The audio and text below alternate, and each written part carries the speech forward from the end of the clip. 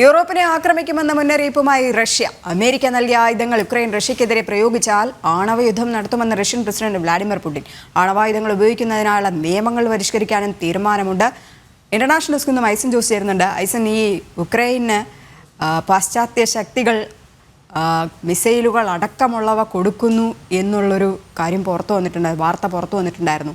അതിനെതിരെ തന്നെയാണ് ഈ പാശ്ചാത്യ ശക്തികളെ ആണവായുധം ഉപയോഗിച്ച് ആക്രമിക്കും എന്നൊരു മുന്നറിയിപ്പ് കൂടെ റഷ്യൻ പ്രസിഡന്റ് വ്ളാഡിമിർ പുടിൻ നൽകിയിരിക്കുന്നത്. എന്തായിരിക്കും പുടിൻ്റെ മനസ്സിലിരിപ്പ്?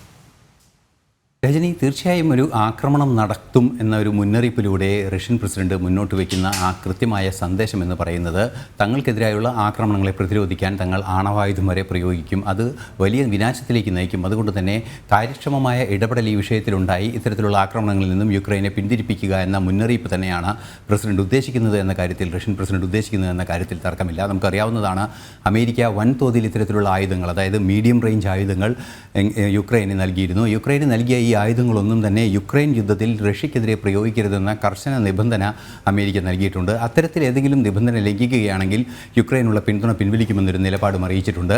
ഈ ഒരു പശ്ചാത്തലത്തിലാണ് ഈ അടുത്ത കാലങ്ങളിലായി അത് സംബന്ധിച്ച ചില മാറ്റങ്ങൾ വരാനുള്ള സാധ്യതകളുണ്ടോ എന്നെല്ലാം തന്നെ അന്താരാഷ്ട്ര നിരീക്ഷകർ ചില സൂചനകളെല്ലാം തന്നെ പുറപ്പെടുവിച്ചിരുന്നു. മാത്രമല്ല, ഇന്ന് UN പൊതുസഭയുടെ സമ്മേളനത്തിൻ്റെ ഭാഗമായി സെലൻസ്കി അമേരിക്കൻ പ്രസിഡന്റ് ജോ ബൈഡനുമായി കൂടിക്കാഴ്ച വരെ നടത്തിയ ഒരു സാഹചര്യമുണ്ടായി. ഇത്തരത്തിലുള്ള എല്ലാ സംഭവവികാസങ്ങളുടെയും പശ്ചാത്തലത്തിലാണ് കർശന നീക്കങ്ങളിലേക്ക് റഷ്യൻ പ്രസിഡന്റ് നീങ്ങുന്നതെന്നാണ് മനസ്സിലാക്കാൻ സാധിക്കുന്നത്.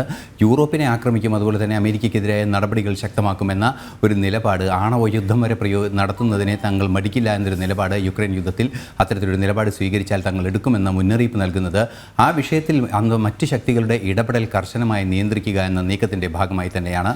നമുക്കറിയാവുന്നതാണ്, നാറ്റോ സഖ്യത്തിനും അതുപോലെ യൂറോപ്യൻ യൂണിയനിൽ യുക്രൈനെ ഉൾച്ചേർക്കുന്നതിനുള്ള നീക്കങ്ങൾ കൂടി നടക്കുമ്പോൾ സ്വാഭാവികമായും റഷ്യ അതൊന്നും അംഗീകരിക്കാത്തൊരു സാഹചര്യമുണ്ട്. മാത്രമല്ല, ഈ യുദ്ധത്തിന് അടിസ്ഥാനപരമായ കാരണമായ വിഷയങ്ങളിൽ റഷ്യയുടെ നിലപാടുകളെ കൃത്യമായും റഷ്യ മുന്നോട്ട് വയ്ക്കുകയും ചെയ്തിരുന്നു കാലങ്ങളായി തന്നെ. അതുകൊണ്ട് തന്നെ കർശന നടപടികളിലേക്ക് നീങ്ങണം എന്ന ഒരു ഉദ്ദേശം പുടിന് ഉണ്ട് എന്ന് നിലവിലെ സാഹചര്യത്തിൽ കരുതുക വയ്യ. എങ്കിലും നമുക്ക് മനസ്സിലാക്കാവുന്നതാണ്, ഇതൊരു മുന്നറിയിപ്പായി ആണവ യുദ്ധത്തിന് വരെ മടിക്കില്ല എന്ന മുന്നറിയിപ്പ് കൃത്യമായി നൽകുന്നതിലൂടെ തങ്ങളുടെ ഭാഗം സുരക്ഷിതമാക്കുന്നതിനും തങ്ങളെ ആക്രമിക്കുന്നതിൽ നിന്നും ശത്രുക്കളെ പ്രതിരോധിക്കുന്നതിനുമുള്ള നീക്കം തന്നെയാണ് പുടിൻ കൃത്യമായി നടത്തുന്നത് എന്ന കാര്യത്തിൽ തർക്കമില്ല.